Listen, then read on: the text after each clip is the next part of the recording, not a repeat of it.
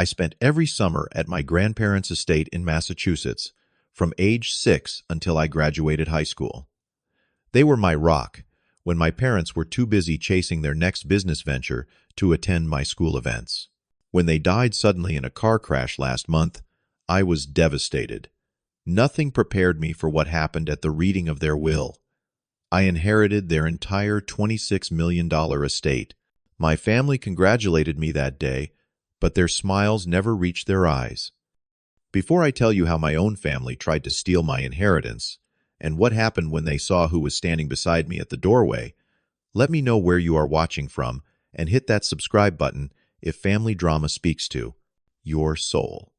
My grandparents were extraordinary people. My grandfather, James, built his fortune in commercial real estate development, starting with nothing but a loan from his father to buy his first property. My grandmother, Eleanor, supported his ambitions while maintaining an incredible garden that became famous throughout the county. They created a sanctuary in their sprawling Massachusetts estate, with its stone paths winding through carefully tended flower beds and the large pond where they taught me to fish. Unlike my parents, who measured success in dollars and acquisitions, my grandparents valued character above all else. When I struggled in school, because of undiagnosed dyslexia, my parents dismissed it as laziness. But Grandma Eleanor spent her afternoons working with me on reading hiring specialists when my own parents refused. Grandfather James took me fishing whenever I felt discouraged, telling me stories about his own failures and how they shaped him into a better man. Their home became my refuge when tension filled our house. My parents, Thomas and Diana, were always chasing the next deal, the next client, the next opportunity that would finally make them feel successful enough. They measured themselves against my grandfather's constant success, but never absorbed his lessons about integrity and patience. Their business ventures frequently collapsed under the weight of hasty decisions and questionable partnerships. The night I got the call about the accident remains etched in my memory with painful clarity. I was finishing dinner in my modest apartment when my phone rang. The police officer spoke with practiced composure, explaining how another driver had crossed the center line on a rainy night, hitting my grandparents' car head-on. They died instantly. The officer assured me they felt no pain, a small mercy that offered little comfort as my world collapsed around me. The following days passed in a blur as I made funeral arrangements alone. My parents were traveling in Europe and claimed they could not return immediately due to important meetings. My uncle Stephen called once to ask about the estate, but offered no help with the funeral plans. Cousins I barely knew suddenly reached out on social media, expressing condolences that rang hollow after years of silence. By the time the funeral arrived, my parents had returned, along with my uncle Stephen, his wife Judith, and their adult children. Distant relatives materialized from across the country, many of whom I remembered meeting only at holiday gatherings years ago. I noticed how they surveyed the church during the service, eyes lingering on the framed photo of the estate, whispering calculations behind sympathetic expressions. After the service, several relatives approached my grandfather's portrait, commenting on valuable watches or rings. They remembered him wearing, wondering aloud where those items might be now. Aunt Judith asked pointedly if I knew who was handling the estate, while Uncle Stephen mentioned that my grandfather had once promised him a vintage car from his collection. Their transparent interest in possessions during a day of mourning left me feeling sick. The reading of the will was scheduled for the following Monday at Mr. Harrington's office. He had been my grandparents' attorney for over 30 years, a dignified man with silver hair and kind eyes that had witnessed countless family dramas unfold in his office. The room filled quickly that morning. My parents arrived early, dressed immaculately in designer morning attire. Uncle Stephen and Aunt Judith positioned themselves prominently near Mr. Harrington's desk. 3 cousins and their spouses claimed the remaining chairs, while I sat quietly in the corner. Mr. Harrington began by expressing sincere condolences having been not just my grandparents' lawyer, but also their friend. He explained that my grandparents had updated their will just last year, ensuring their wishes were clear and legally sound.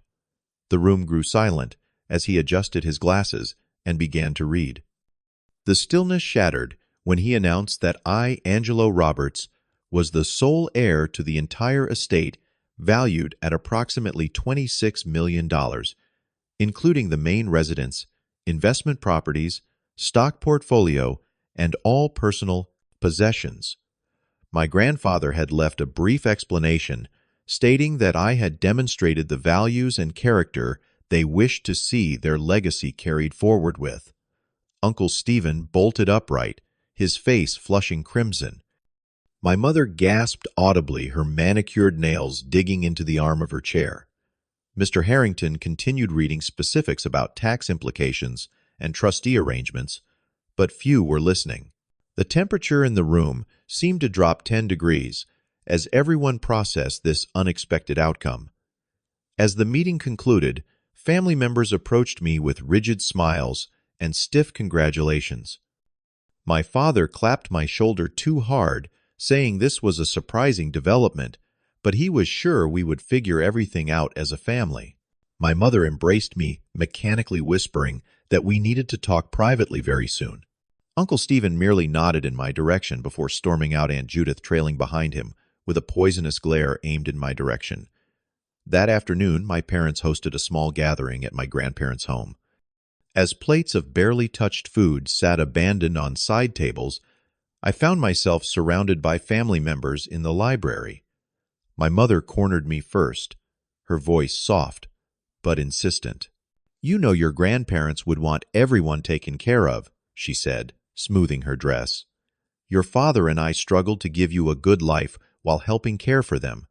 They would expect you to share this blessing." Before I could respond, Uncle Stephen interjected, "I was your grandfather business partner for 15 years. Half of those properties we developed together. He always said he would make things right." My cousin Taylor, who had visited my grandparents perhaps twice in the last decade, suggested that at 27, I was too inexperienced to manage such wealth. "Wouldn't it be better?" she proposed, "to let the older generation handle the investments while I enjoyed a generous allowance?" Their words swirled around me, a coordinated assault designed to make me doubt my grandparents' decision. I promised to consider their concerns, asking for time to process everything. This seemed to appease them temporarily, though the looks exchanged between my parents and uncle conveyed clear dissatisfaction with my non-committal response. The pressure campaign began the very next day. My phone buzzed constantly with messages and calls. My mother phoned every morning with a new reason why she deserved a significant portion of the inheritance. She had sacrificed her career to raise me, she claimed, though I remembered mainly being cared for by a rotating cast of nannies while she built her interior design business. "You owe me for everything I did for you," she insisted during one particularly heated call. "I gave you life. I clothed and fed you. Now, when I could finally have some security in my retirement years, you want to keep everything for yourself. Is that the kind of son I raised?" Uncle Stephen took a different approach, leaving voicemails laden with legal terminology about undue influence and testamentary capacity. He strongly implied my grandparents had not been mentally competent when updating their will, a cruel accusation that dishonored their memory and made my blood boil. His messages gradually evolved from implied threats to explicit ones. "We can do this the easy way or the hard way. Angelo," he said in his final message, "I have documentation of promises your grandfather made to me. Do you really want to spend your inheritance on legal fees? Because I will fight this all the way to the Supreme Court if necessary." Meanwhile, my extended family began a whisper campaign that reached me through acquaintances and social media. Rumors circulated that I had manipulated my elderly grandparents, that I had prevented them from seeing other family members, that I had financial problems, and had pressured them for money. None of this was remotely true, but the allegations stung nonetheless. To make matters worse, I discovered family members had been removing items from the estate. When I visited the property to begin cataloging possessions with the estate manager, several valuable paintings were missing from the walls. My grandmother's antique silver service had disappeared from the dining room cabinet. When confronted, my mother claimed Grandma Eleanor had promised her these items years ago, though she could provide no proof of such arrangements. 3 weeks after the funeral, my parents invited me to dinner at their home to discuss things calmly as a family. I arrived to find not just my parents, but Uncle Stephen, Aunt Judith, and 4 cousins waiting in the living room. The ambush was obvious, but I took a seat on the lone chair, positioned to face everyone else. My father stood near the fireplace, assuming the position of authority he had always craved. "Angelo," he began, "we have been patient, but the time for decisions has come. We have consulted with several estate lawyers who believe we have strong grounds to contest the will." My mother picked up seamlessly. "Your grandfather was not in his right mind in his final years. He became increasingly paranoid and isolated. We have medical records suggesting cognitive decline. This was an outright lie.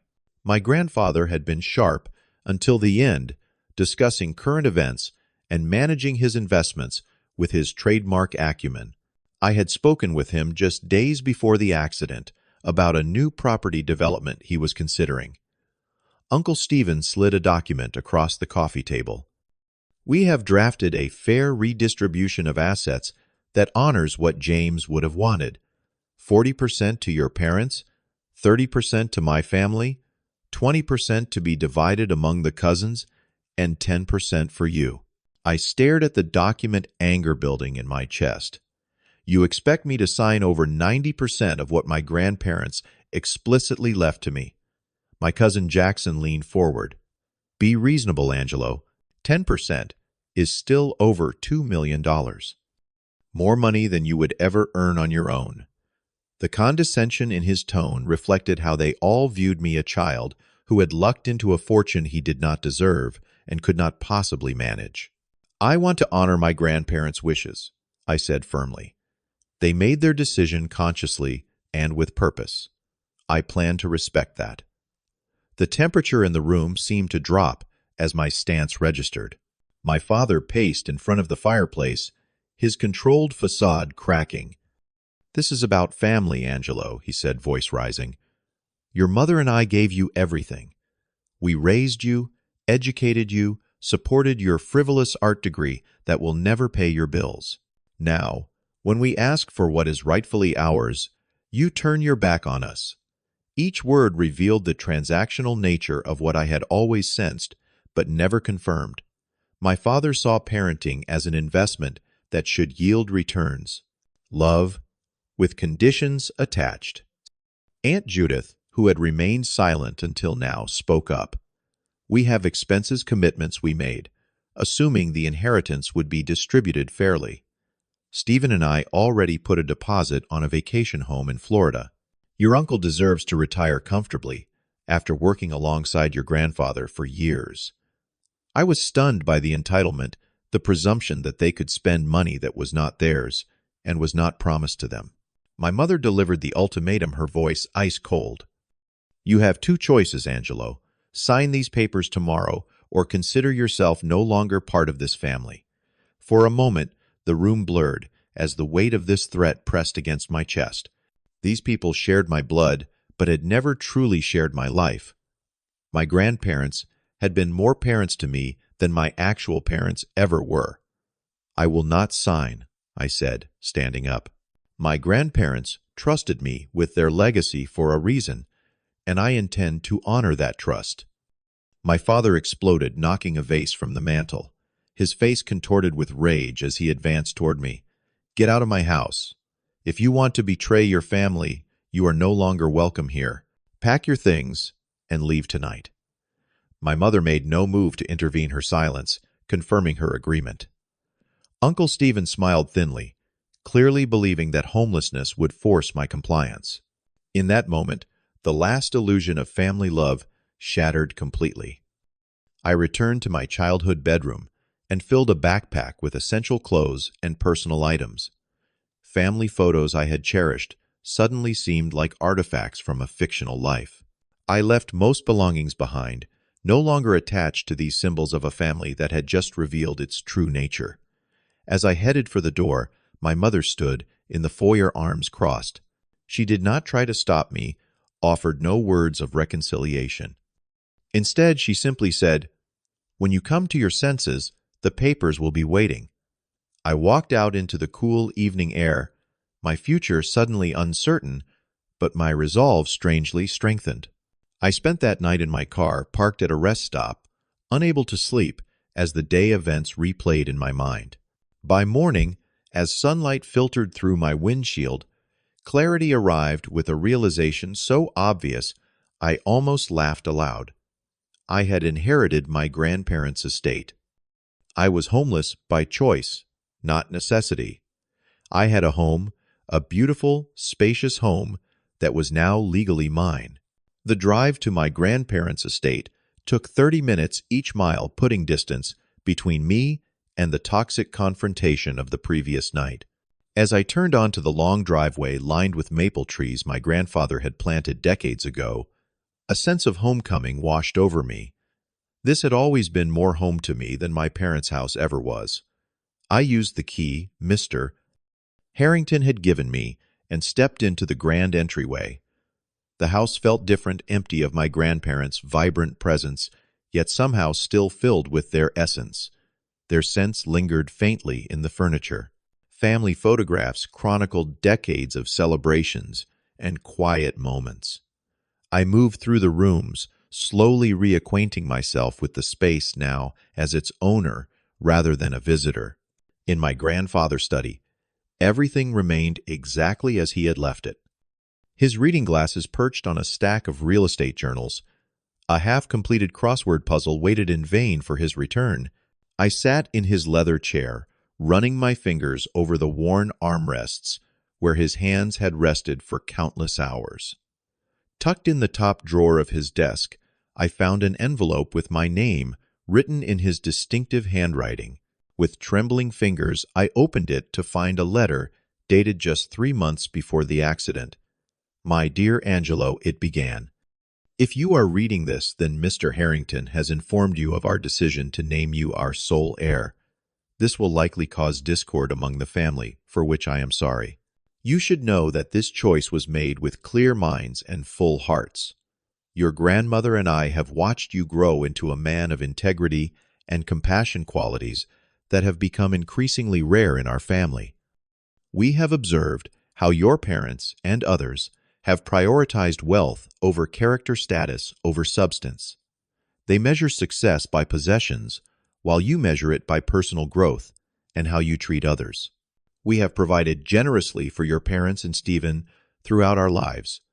Investments in their businesses, college funds for all grandchildren, significant gifts at various milestones. What they have done with these advantages reveals much about their character. You, however, have worked for everything you have achieved. Your art shows genuine talent cultivated through discipline. Your kindness to Eleanor, when her health faltered last winter, meant more than any service money could buy. You have the heart to use this inheritance wisely, not merely to accumulate more, but to create meaning. Stand firm in the face of the storm that will surely come. Know that our decision was made with absolute certainty and love. This home has always been more yours in spirit than anyone else in the family. Now it is yours in truth as well. With all our love and confidence, James and Eleanor." Tears streamed down my face as I read and reread these words, this final gift of understanding and validation. They had seen everything clearly, the family dynamics, the materialistic values that had corrupted everyone else, the entitlement that had grown like a cancer through the family tree. Their decision had been deliberate and thoughtful, not the result of manipulation or confusion, as my family had claimed. Strengthened by their words, I began exploring parts of the house I had rarely entered. In a small room adjoining my grandfather's study, I discovered a home office I had never known existed. Here, filing cabinets contained carefully organized records of family financial history. What I found shocked me to my core. My grandfather had maintained meticulous documentation of every financial interaction with family members. My parents had received over $2 million in business loans over the years, most never repaid. Uncle Stephen had been given generous compensation for minimal work in the family business, along with interest-free loans for his children, educations, and his own failed side ventures. Most disturbing were records of a confrontation 5 years earlier when my father and uncle had attempted to pressure my grandfather into signing over control of several properties. My grandfather detailed their threats and manipulative tactics in a sworn statement filed with Mr. Harrington, describing it as attempted elder abuse. This explained the sudden family trip I had been excluded from years ago and why my grandfather had become more cautious about family visits afterward. I also found my grandfather's private journal, its entries spanning decades. The most recent volumes painted a troubling picture of my family's frequent requests for money, thinly disguised as concern for his welfare, attempts to isolate him from trusted advisors, and suggestions that he was becoming mentally incompetent whenever he refused their demands. With this evidence in hand, I called Mr. Harrington. His response was immediate and supportive. "I always knew James kept records," he said, "but he was private about family matters. This documentation will be extremely valuable if your relatives attempt legal action." He suggested hiring security for the property, given the increasingly hostile family situation, and recommended a private investigator to document any attempts at harassment or property theft. By afternoon, both were arranged along with a locksmith, who changed every external lock on the property. Aunt Judith, who had remained silent until now, spoke up. "We have expenses commitments we made, assuming the inheritance would be distributed fairly. Stephen and I already put a deposit on a vacation home in Florida. Your uncle deserves to retire comfortably after working alongside your grandfather for years." I was stunned by the entitlement, the presumption that they could spend money that was not theirs and was not promised to them. My mother delivered the ultimatum, her voice ice cold. My parents led the charge, followed by Uncle Stephen and Aunt Judith.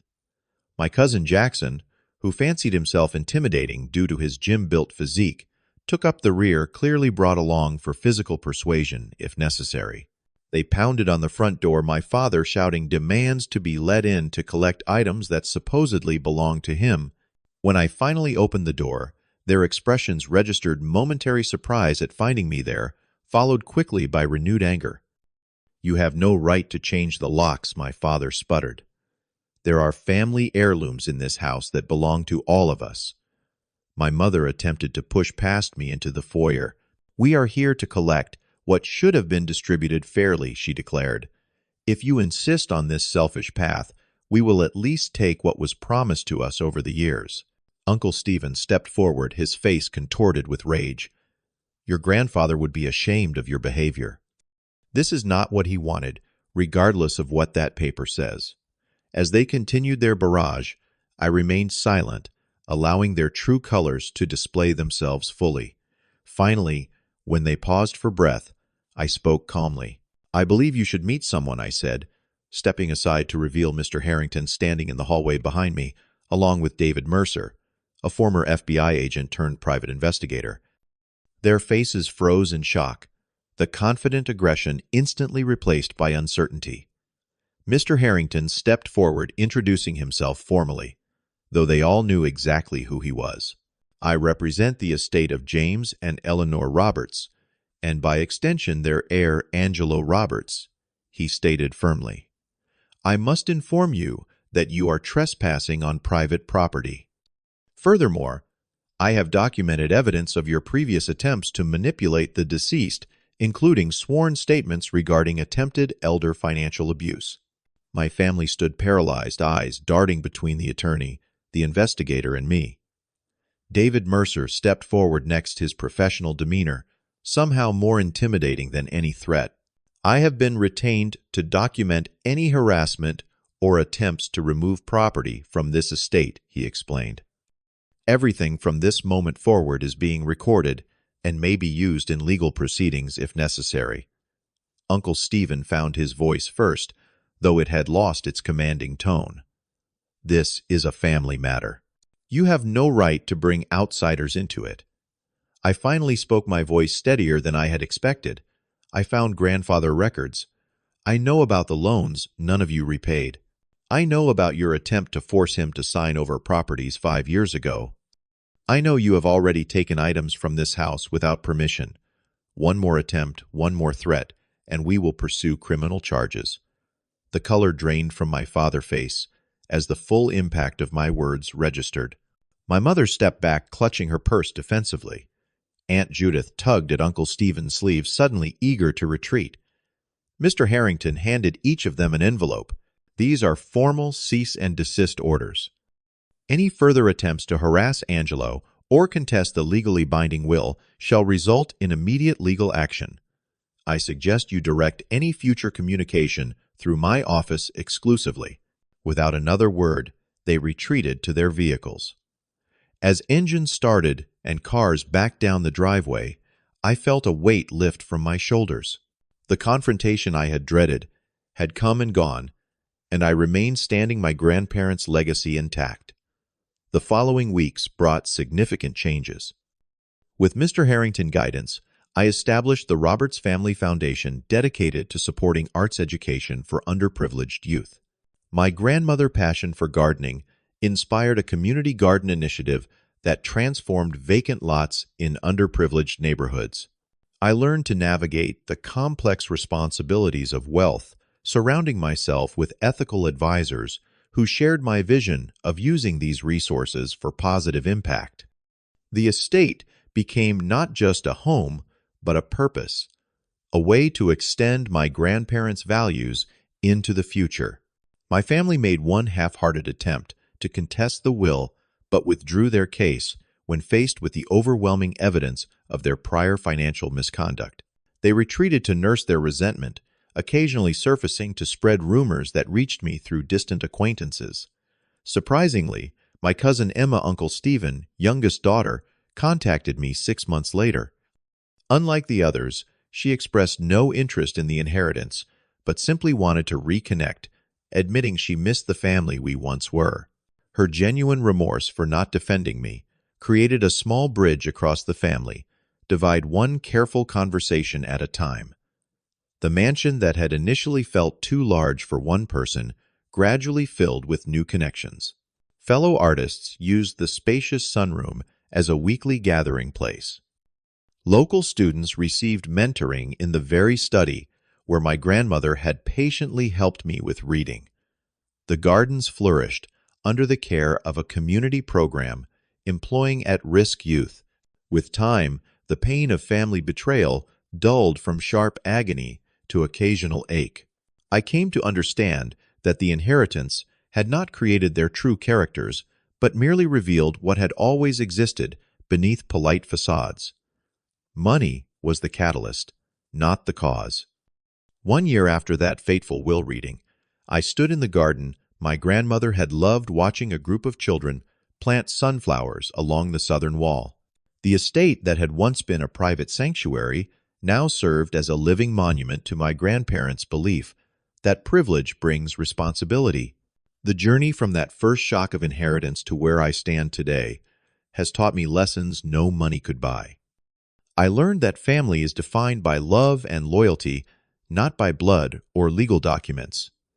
I discovered strength.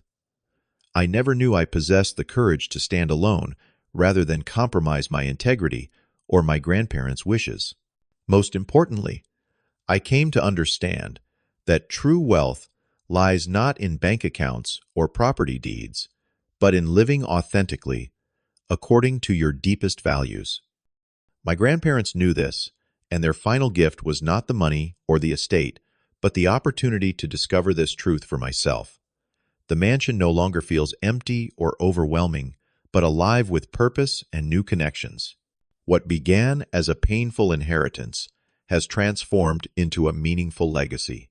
I have learned that healing comes not from forgetting betrayal, but from channeling hurt into something constructive that honors those who truly loved us. Each morning when I wake up in this beautiful home, I feel my grandparents' presence in the values that now guide my decisions. Their wisdom continues to shape my path forward, reminding me that we honor the dead best by how we choose to live. So what do you think about standing your ground when family betrays you? Have you ever had to make a difficult choice between keeping peace and maintaining your integrity? Share your thoughts in the comments below. If this story resonated with you, please hit that subscribe button and give this video a thumbs up. It helps more people find these stories of family legacy and personal growth. Thank you for listening, and remember that sometimes the hardest choices lead to the most meaningful paths forward.